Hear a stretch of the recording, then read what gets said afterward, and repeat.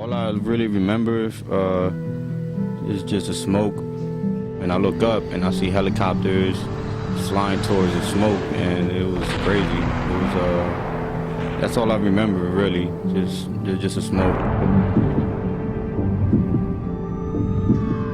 Deliberate and deadly attacks which were carried out yesterday against our country were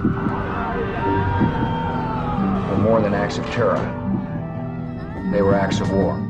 World Trade Center has been attacked, the first tower.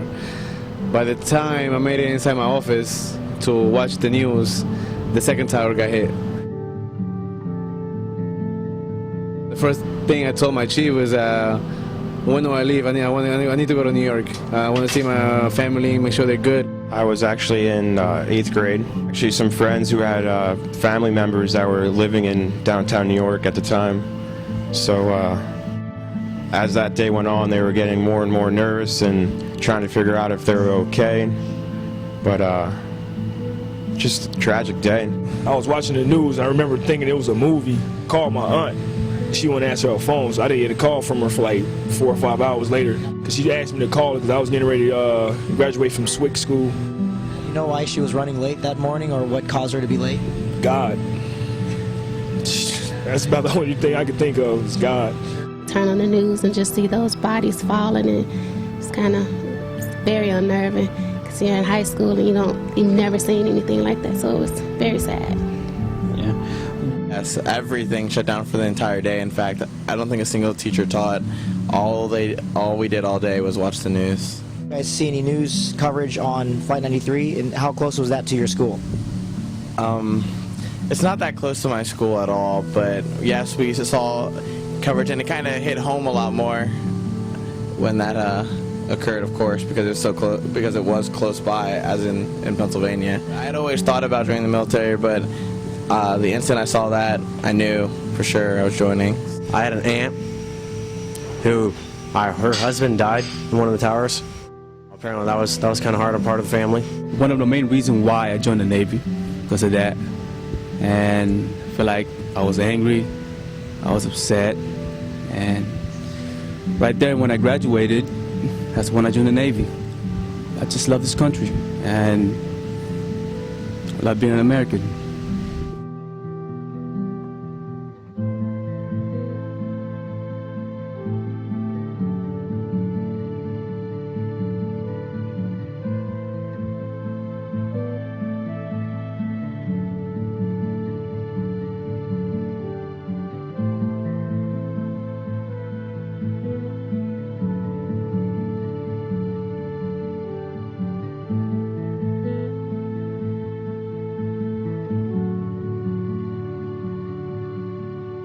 My brother actually enlisted in the Marine Corps the day after 9/11 happened. A lot of friends of mine did have family that was affected or killed during that.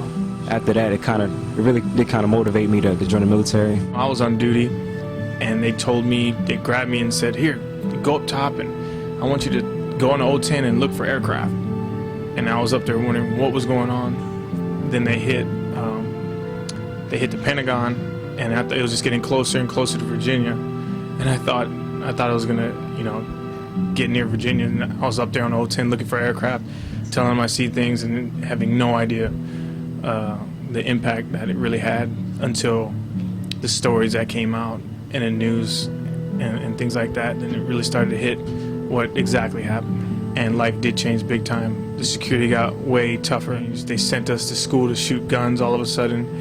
Like being out here, sometimes you think it's bad, but then you remember that people lost a lot more than you could ever imagine.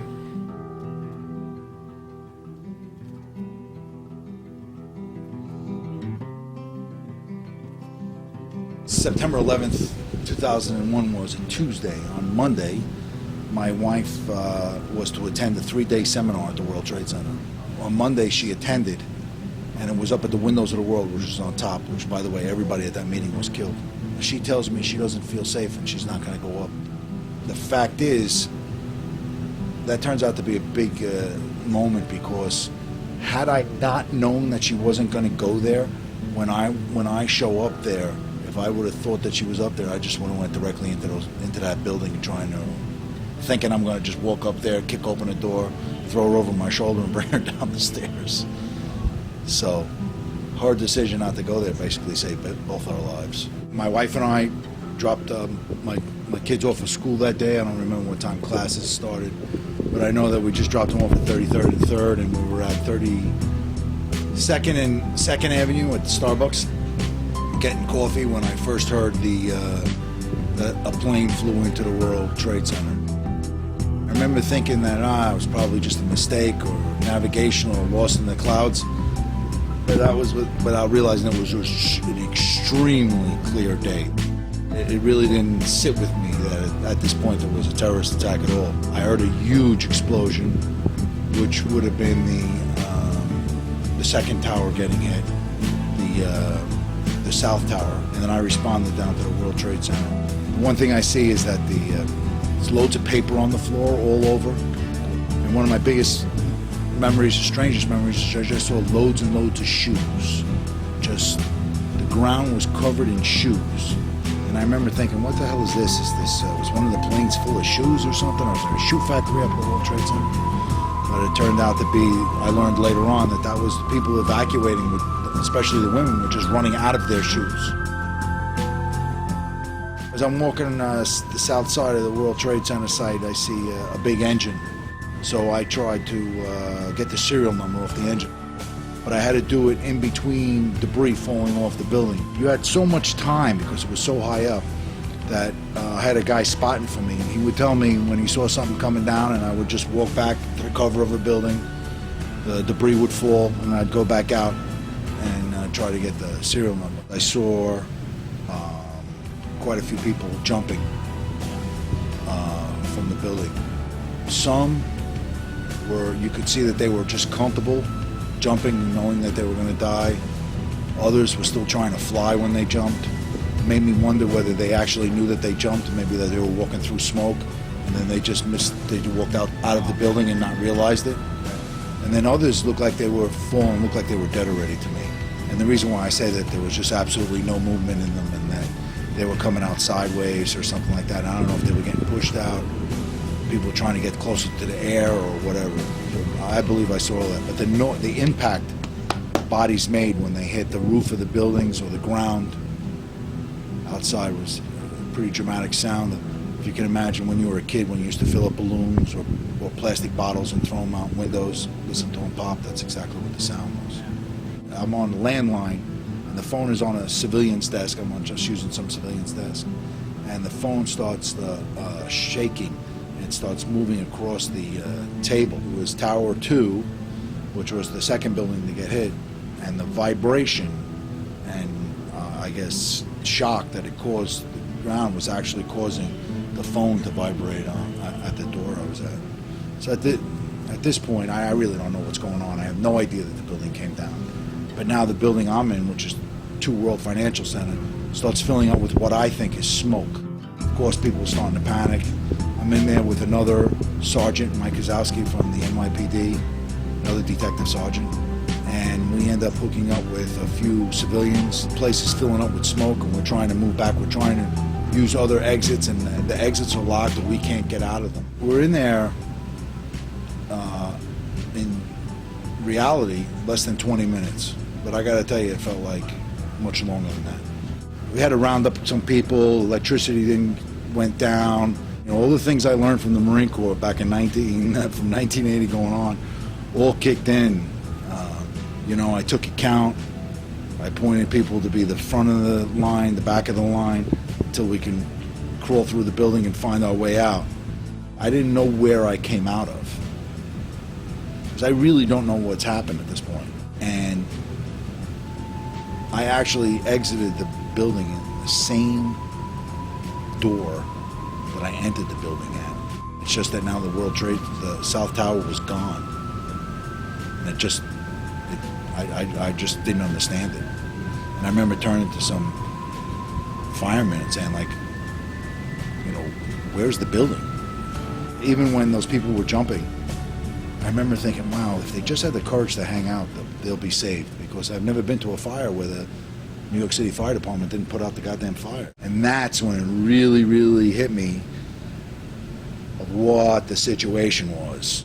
I tried to form a line with as many cops as I could and start pushing people back north actually getting them off the rubble of the South Tower. I was right in the center of Vestry and West Street when the North Tower begins to come down. Now, all I see is bigger puffs of smoke coming out of the tower, kind of like if you had a barbecue going and you drop something in the coals and that puff of smoke. I looked up and I saw that, and I just knew something was wrong. I don't know, they say the tower took around 9 or 10 seconds to collapse. I'm not really sure. I ran, I don't know, 50, 40 yards, 60 yards, and I just ran north and just jumped into a curb. So I'm digging myself into the 6 inches of defilade, because that's all it's offered at this point, putting my feet towards the blast. And I remember, I don't know what to do with my hands. I just covered my balls. I actually saw a vision of my boys encouraging me to come forward. I actually felt like a swoop of the hand push me forward, get me basically out of the kill zone into a survival zone. And then as the building came down, it was like hurricane winds coming. I could see people flying. I saw a car flip. The next thing I know, I had trouble breathing. And I was pissed off that I didn't put my hands over my mouth. And then there came a point in time where I just could not breathe at all. I took out handfuls of debris and dust and cement out of my mouth. And I got completely buried. I mean by buried, I'm talking about buried in just dirt. 3 inches of dirt. It felt like it was 18 inches of dirt when it happened. And then it became completely dark. I couldn't figure out how could this go dark. I know I was outside. I'm thinking I'm dead. I'm checking myself for injuries. I don't think I'm dead. And I knew that there was a cyclone fence on the other side of the sidewalk. So I crawled over to that sidewalk, put my hands on the fence, and then I just walked my way north. And I ended up bumping into a guy. And the guy's unconscious, and then he becomes conscious while I'm talking to him. And then I realize he's a fireman, because he's got his emergency gear on him. And this was only a few feet from where I was, and he wasn't there when I could still see, and I ducked into that defilade, which means he actually blew past me. He just held on to me. We just walked up, and we walked a couple of blocks until we finally got into light. There was lots of civilians who were extremely helpful. If you're ever a cop in New York, civilians aren't known for being helpful. So it was kind of nice, and they offered me water. And I remember a woman dressed in some sort of medical attire. I don't know if she's a nurse or doctor. Everybody's looking at me like I'm the creature from the Dark Lagoon, because I'm completely covered. Drive back up to my house, go in and take a shower. And now I shower, and when I'm showering, all that dust is solidifying and turning into cement, because it was all pulverized cement. Every September sucks for me, I gotta tell you. And it's worse in New York, because you're totally reminded of New York. I spent a September in Iraq and a September in Afghanistan. Those were actually pretty good, because there's no need to remind everybody about September 11th when they're actually fighting the enemy. September 10th, 2009, I was blown up by an IED myself, so it was a good distraction.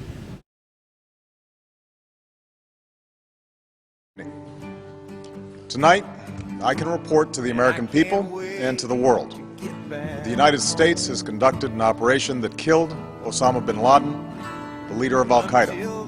I was very happy with our government's response, that President Obama and his advisors had the balls and the intestinal fortitude to do the right thing and cut the troops loose to do what they had to do.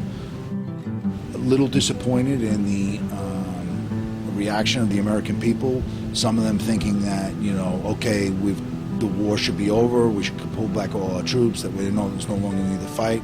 The fact that people thought this was really a strategic victory, which in my mind it was not at all. It was just an emotional victory. Similar to, and if you don't mind the analogy, to the raising of the flag at Iwo Jima. Didn't do anything for the war effort, the battle effort. At that time, there was still a lot of fighting to be done at Mount Suribachi and on the island of Iwo Jima. I never really think of it as anniversaries. It's just September comes up and it just starts reminding me of the day. You talk about putting a positive spin on this, a negative spin. I got to tell you, even that day, you go back 10 years ago, I saw a lot of positive things. As negative as that attack was, as negative it was, people getting killed. I mean, I saw a country come together. I saw a president respond the way I would like to see a president respond. Chaplain Owens coming from, I think it was Montana. I worked the last day of the rescue, and I remember a snow cave-in team, or whatever they call it, avalanche team. And it was just so interesting to me that, their skill set, they were willing to bring their skill set from Colorado or wherever they were from to New York to help us try to find people